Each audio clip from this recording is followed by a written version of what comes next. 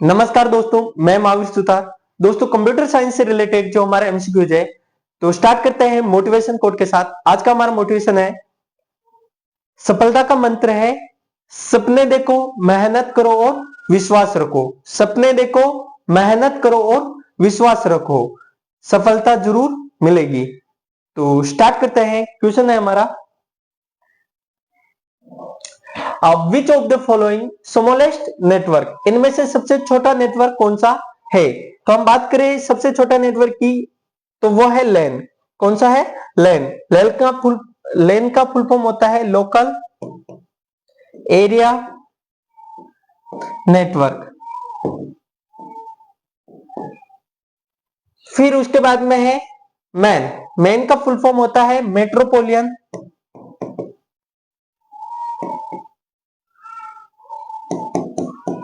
Metropolitan area network.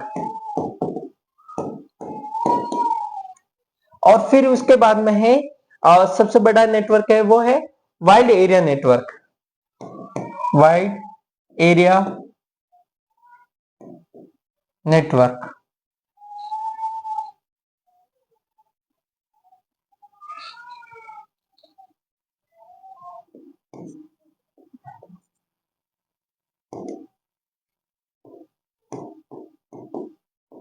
Wide area network, ये world wide web जुड़ा हुआ रहता है। इसके कुछ और टाइप्स है, जैसे कि W LAN, wireless local area network, Sen,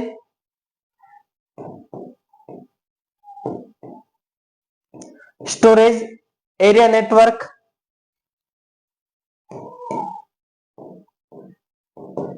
pen personal area network,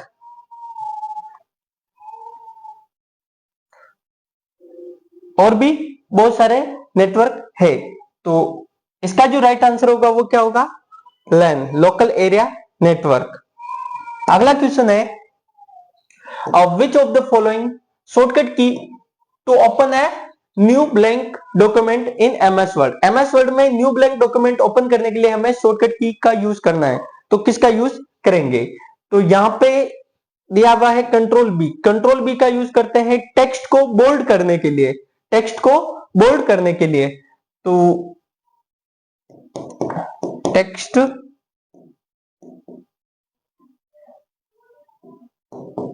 को बोल्ड करने के लिए हम कंट्रोल बी का यूज करते हैं। कंट्रोल एन का यूज करते हैं न्यू ब्लैंक डॉक्यूमेंट ओपन करने के लिए। New blank document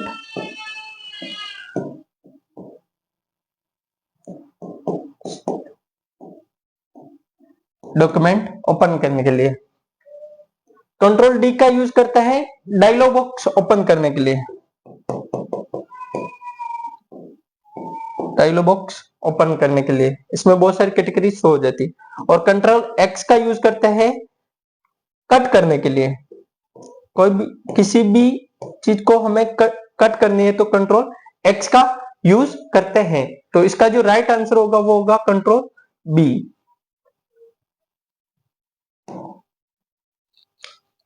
what is the full form of COBOL? COBOL का फुल फॉर्म क्या होती है? तो common business common business common business common business oriented language. Common business oriented language. Question है, which function key is use for opening help. Help के लिए हम कौन सी की का यूज करते हैं? तो ये करते हैं हम फंक्शन F1 का।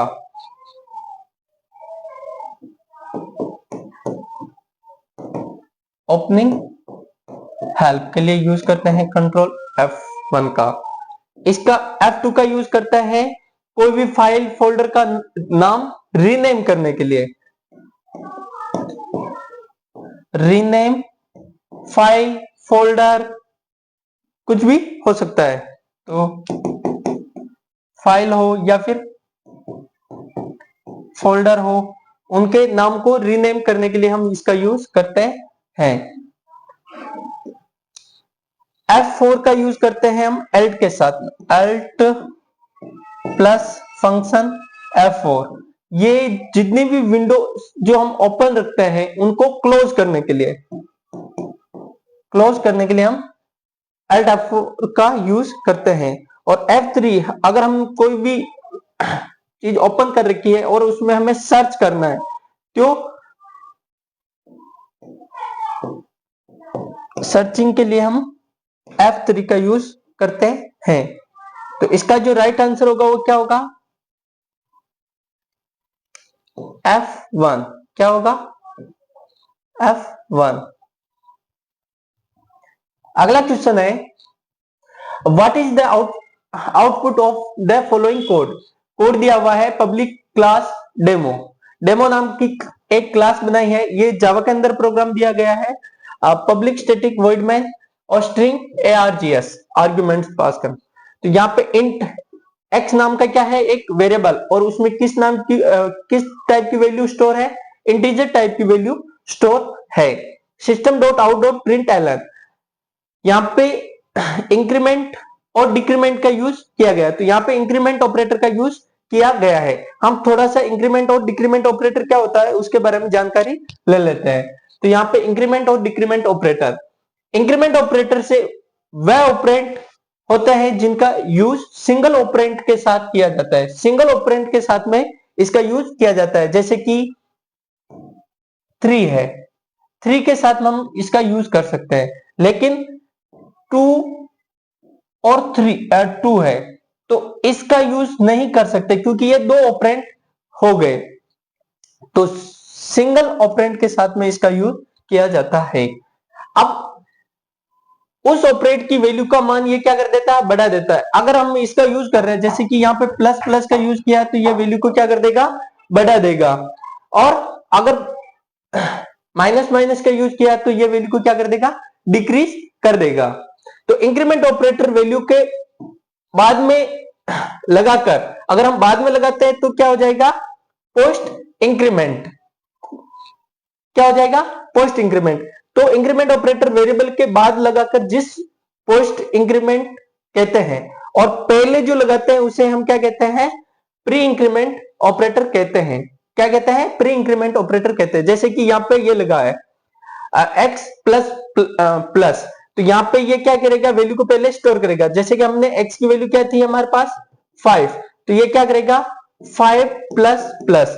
अब 5 प्लस प्लस तो पहले वैल्यू को क्या स्टोर करेगा? 5, और फिर इसके बाद में वैल्यू को क्या कर देगा? ये 6 कर देगा। और प्री इंक्रीमेंट क्या करता है? पहले वैल्यू को क्या करेगा? x इक्वल्स टू 5, और यहाँ पे क्या करा? प्लस प्लस 5, तो ये वैल्यू को क्या कर देगा? पहले 6, और 6 क्या करेगा? स्टोर, और फिर वैल्यू को क्या करेगा? वापस स्टोर करेगा, तो इसकी वैल्यू क्या रहेगी? 6।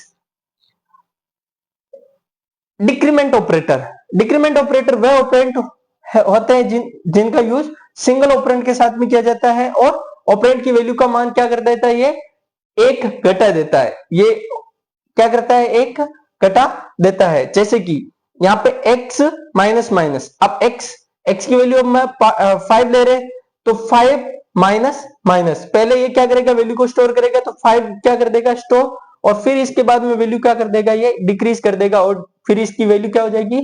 4 हो जाएगी। क्या हो जाएगी? 4 हो जाएगी। यहाँ पे प्री डिक्रीमेंट, प्री डिक्रीमेंट क्या करेगा? पहले वैल्यू को क्या करेगा? डिक्रीज करेगा। तो यहाँ पे जो ये 5 है x की वैल्यू, इसको क्या करेगा? पहले डिक्रीज करेगा, तो इसकी वैल्यू क्या हो जाएगी? डिक्रीज होके 4, और अब इसको क्या करेगा? ये स्टोर करेगा। क्या करेगा? स्टोर करेगा। तो अब इसकी वैल्यू क्या रहेगी? 4 रहेगी। क्या रहेगी? 4, और यहां पर भी इसकी वैल्यू क्या रहेगी? 4 रहेगी।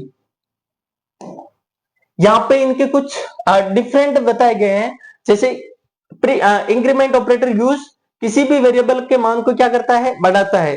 तो ये डिक्रीज क्या करता है? किसी भी वैल्यू के मान को क्या करता है? घटाता है। यहां पे इंक्रीमेंट ऑपरेटर को रिप्रेजेंट करने के लिए हम प्लस प्लस सिंबल का यूज करते हैं। इंक्रीमेंट ऑपरेटर को यूज करना है तो हम किस का यूज करते हैं? प्लस प्लस का। और डिक्रीमेंट के लिए किसका यूज करते हैं? माइनस माइनस का यूज करते हैं।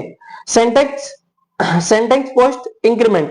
पोस्ट इंक्रीमेंट क्या करता है, पहले हम वेरिएबल को लिखेंगे और फिर ये क्या करेंगे, हम ऑपरेंड को रिप्रेजेंट करेंगे। और यहां पे क्या करेगा, प्री इंक्रीमेंट, पहले ऑपरेंड को रिप्रेजेंट करेंगे और फिर उसके बाद में वेरिएबल को लिखेंगे। यहां पे सेम एज इट इज, यहां पे डिक्रीज होगी वैल्यू।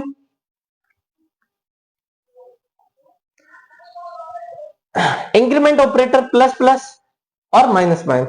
अब इंक्रीमेंट ऑपरेटर दो प्रकार से यूज किए जाते हैं, एक प्री इंक्रीमेंट और एक पोस्ट इंक्रीमेंट। डिक्रीमेंट ऑपरेटर भी दो प्रकार से यूज किए जाते हैं, एक प्री डिक्रीमेंट और एक पोस्ट डिक्रीमेंट। पोस्ट डिक्रीमेंट और प्री डिक्रीमेंट। यहां पे increment operator single user operand के साथ में यूज कर सकता है और वैल्यू के साथ में इंक्रीमेंट ऑपरेटर का यूज नहीं किया जाता है। यहां पे decrement operator use single operand के साथ में कर सकता है, वैल्यू के साथ डिक्रीमेंट ऑपरेटर का यूज नहीं किया जाता है। अब हम आते हैं हमारे क्वेश्चन के अंदर, और क्वेश्चन की बात करें तो सबसे पहले हम यहाँ पे जो क्लास है, क्लास का नाम क्या है, डेमो नाम की एक क्लास बनाई है जिसमें पब्लिक स्टैटिक वॉइड मेन, यहां से ये मेन क्या है, एंट्री पॉइंट है। अब स्ट्रिंग args आर्गुमेंट पास किए। अब इंटीजर टाइप का डेटा टाइप है, तो डेटा टाइप किस टाइप का है, इंटीजर टाइप का है। अब वेरिएबल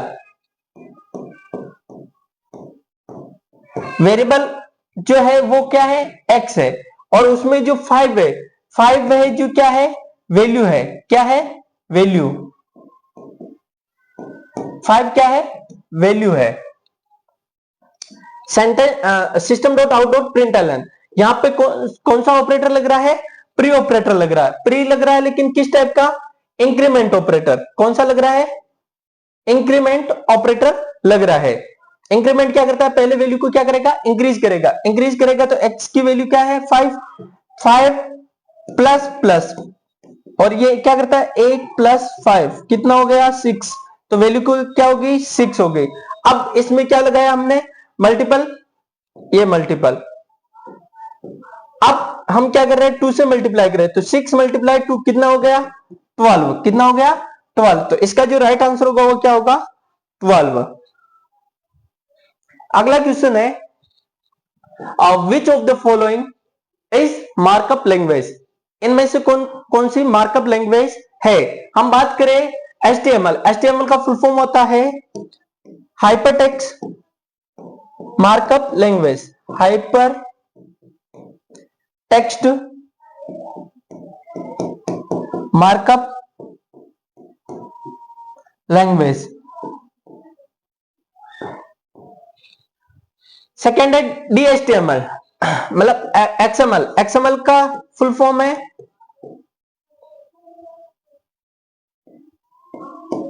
XML। XML का फुल फॉर्म क्या है, एक्सटेम्बल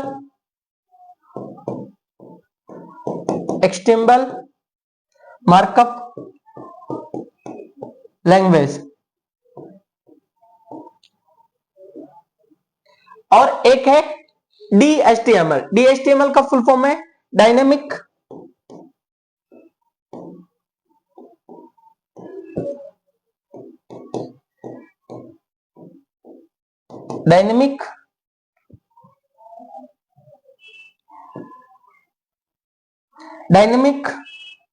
hyper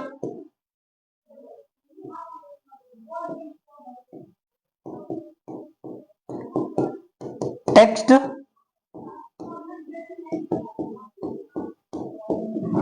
language.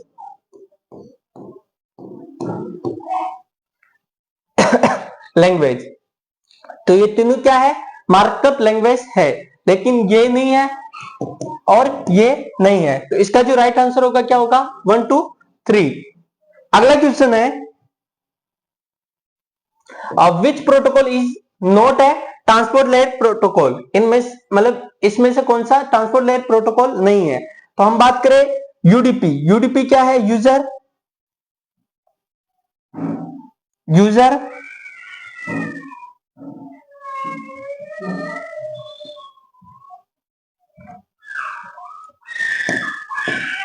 User datagram,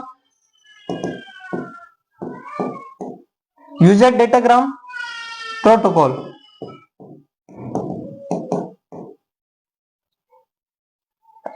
HTTP stream control transmission protocol, stream control transmission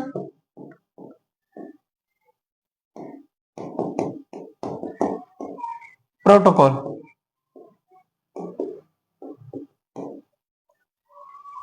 TCP का फुल फॉर्म है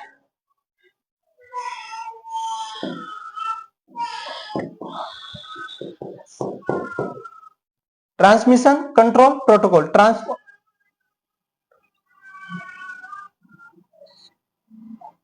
ट्रांसपोर्ट कंट्रोल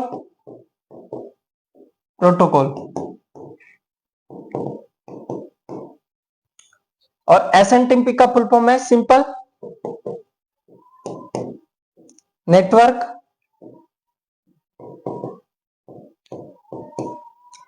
टाइम प्रोटोकॉल। इसका जो राइट आंसर होगा वो होगा मतलब यूडीपी और एचटीटीपी और टीसीपी, ये तीनों क्या है, ये तीनों ट्रांसपोर्ट लेयर के प्रोटोकॉल है, ये तीनों ट्रांसपोर्ट लेयर के प्रोटोकॉल है। तो एसएनटीपी सिंपल नेटवर्क टाइम प्रोटोकॉल जो है वो क्या है, एप्लीकेशन लेयर का प्रोटोकॉल है। कौन सी लेयर का प्रोटोकॉल है, एप्लीकेशन लेयर का प्रोटोकॉल है जो एसएमटीपी के अंदर आता है। तो एसएनटीपी सिंपल नेटवर्क टाइम प्रोटोकॉल, ये कौन सी लेयर का आता है, एप्लीकेशन लेयर का। और जो तीनों है टीसीपी, यूडीपी और एचटीटीपी, ये किसके हैं, ये ट्रांसपोर्ट लेयर के प्रोटोकॉल है। यहाँ पे कुछ और प्रोटोकॉल दिए गए जैसे कि नेटवर्क लेयर के अंदर है IP internet protocol, ARP address resolution protocol, BGP border gateway protocol, RP reverse address resolution protocol, ICMP internet control message protocol, data link layer के अंदर है पीपीएम पार्ट्स पर मिलियन। अगला क्वेश्चन है, ये इसके अंदर टीसीपी और यूडीपी, टीसीपी क्या करता है, एक वैल्यू को क्या करता है, ये एक्लोमेंट नंबर भेजता है और जिसमें वैल्यू को क्या कर देता है, एक बढ़ाकर नंबर देता है।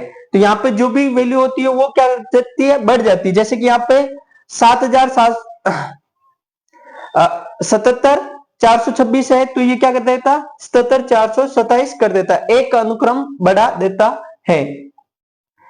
अगला क्वेश्चन है, विच protocol is a not transport layer protocol, इनमें से कौन सा ट्रांसपोर्ट प्रोटोकॉल नहीं है। तो ये तो अभी अपन ने किया ना, एसएनटीपी, ये एप्लीकेशन लेयर का प्रोटोकॉल है।